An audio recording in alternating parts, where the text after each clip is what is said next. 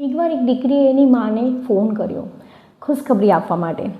એની માને ફોન કરીને કહ્યું કે મમ્મી, આજે લાભ પાંચમ છે અને એક ખુશીના સમાચાર આપવાના છે.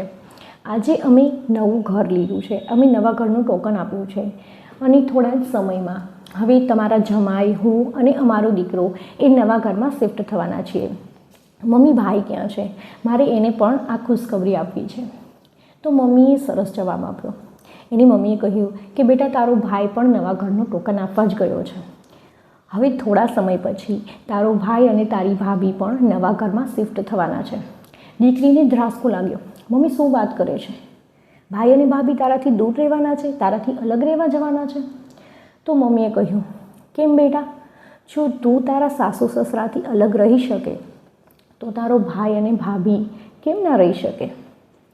મિત્રો, સમજાય તેને વંદન છે.